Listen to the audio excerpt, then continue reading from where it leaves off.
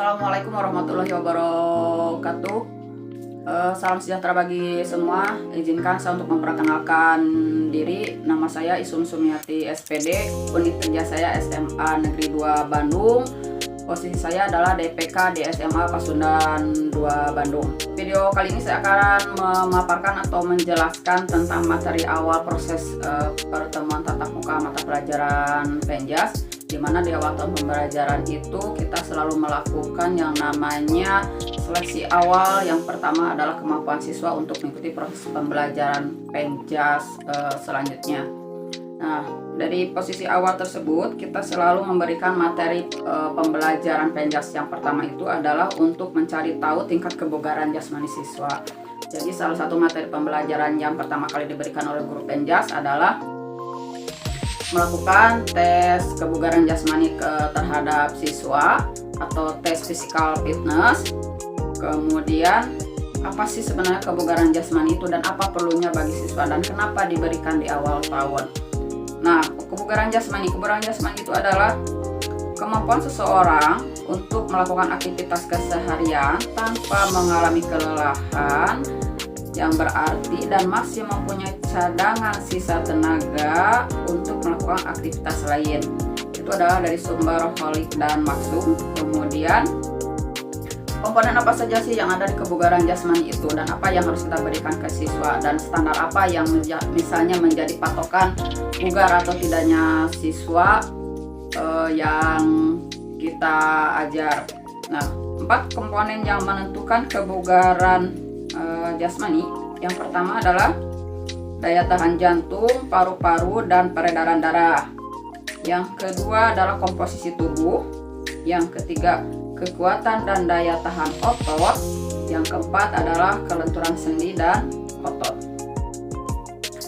Nah, dari 4 kriteria kebugaran jasmani yang akan kita teskan itu, kita kondisikan secara nyaman buat siswa, mana yang kira-kira semua siswa bisa mengikuti, kemudian juga disesuaikan dengan sarana dan prasarana sekolah, kira-kira materi mana yang bisa diberikan dan bisa mengakomodasi semua kepentingan atau keperluan untuk mengukur derajat kebugaran jasmani siswa tersebut. Bagaimana sih cara meningkatkan kebugaran jasmani yang baik dan benar?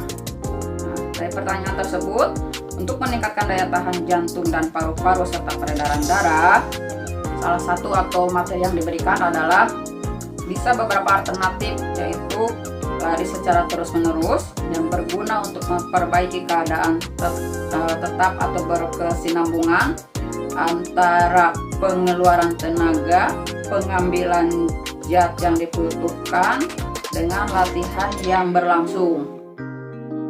Yang kedua, lari dengan kecepatan dan jarak yang bervariasi yang berguna untuk memperlancar, memperbaiki kesehatan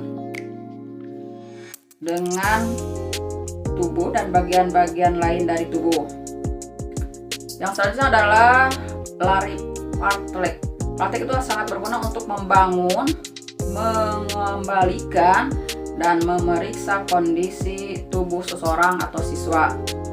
Kemudian ada lari di bukit-bukit. Nah, untuk lari di bukit-bukit ini bertujuan untuk mendapatkan otot-otot yang kuat. Apabila kita melihat atau menelisik tentang lari di bukit-bukit, bisa kita siasati atau kita bisa variasikan caranya yang diberikan kepada siswa sesuai dengan kondisi sekolah. Nah, di sini kondisi sekolah SMA Pasundan 2 itu sangat memungkinkan siswa untuk melakukan aktivitas lari yang berbukit-bukit dengan cara menaiki atau menuruni tangga dari mulai lantai 1 sampai dengan lantai 3 yang pelaksanaannya diatur sehingga tidak mengganggu kenyamanan kelas lain yang sedang belajar, tetapi tetap proses pelaksanaan pembelajaran Penjas juga dapat berlangsung dan kemudian juga bisa mengukur derajat kebugaran siswa dengan baik. Kemudian latihan yang selanjutnya adalah untuk meningkatkan kekuatan otot.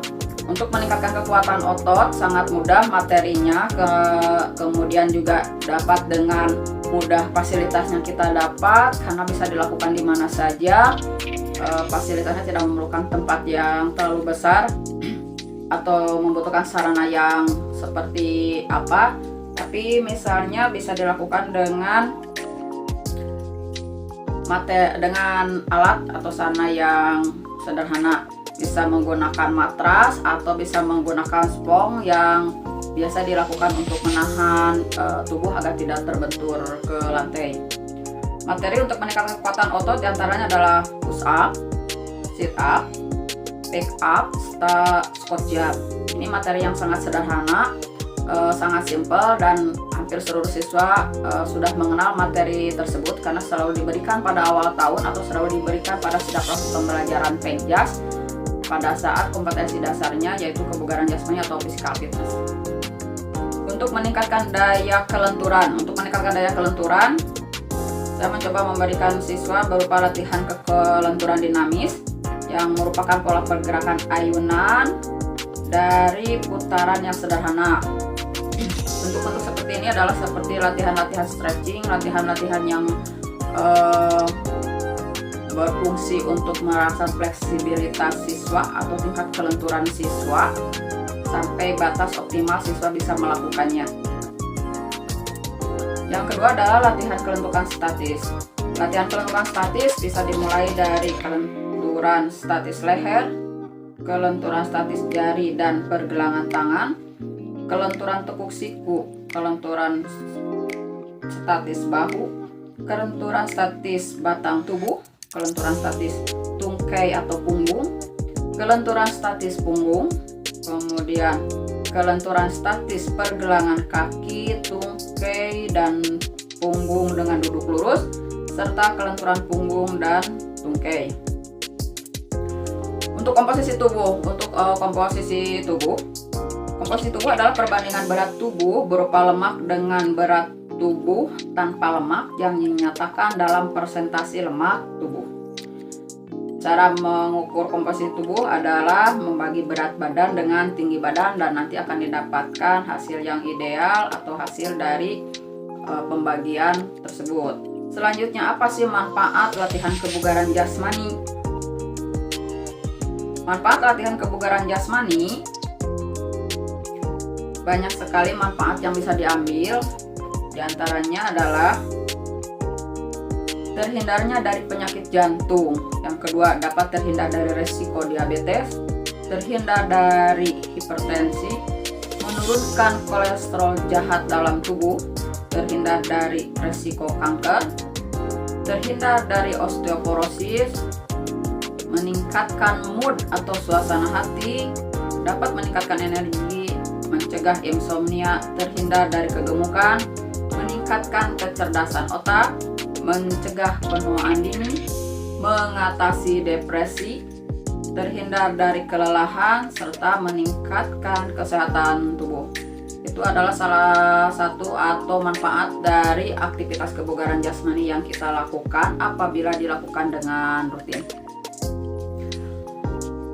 Untuk video kali ini, itulah pembelajaran yang saya berikan di awal tahun pembelajaran, yaitu tentang aktivitas kebugaran jasmani atau physical fitness, di mana materi pembelajaran ini selalu diberikan di awal tahun pembelajaran. Yang pertama, fungsinya adalah untuk mengembalikan kondisi tubuh siswa yang sudah lama tidak beraktivitas fisik atau tidak berolahraga. Yang kedua adalah untuk menilai atau untuk mengetahui derajat kebugaran siswa pada saat melakukan aktivitas fisik, apakah termasuk atau tergolong siswa yang bugar ataukah termasuk siswa yang cepat kelelahan atau tidak bugar. Dari sinilah kita bisa menjadi bahan rujukan atau masukan untuk aktivitas olahraga selanjutnya. Dari hasil kebugaran jasmani inilah yang akan menjadi dasar kita bagaimana sih kondisi anak atau siswa yang kita hadapi, derajat kebugarannya. Dari misalnya berapa kelas yang kita hadapi, ternyata berapa persen siswa yang sebenarnya tingkat kebugarannya rendah setelah kita lakukan proses pembelajaran aktivitas kebugaran jasmani ini. Nah, dari sinilah yang menjadi awal kita menentukan derajat olahraga atau materi olahraga selanjutnya disesuaikan dengan tingkat kebugaran siswa yang bersangkutan dari hasil tes tersebut. Terima kasih untuk video kali ini.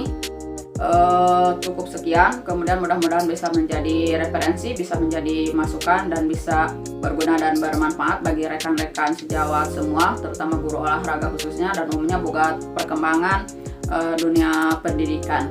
Semoga videonya bermanfaat. Akhir kata saya ucapkan terima kasih. Wassalamualaikum warahmatullahi wabarakatuh.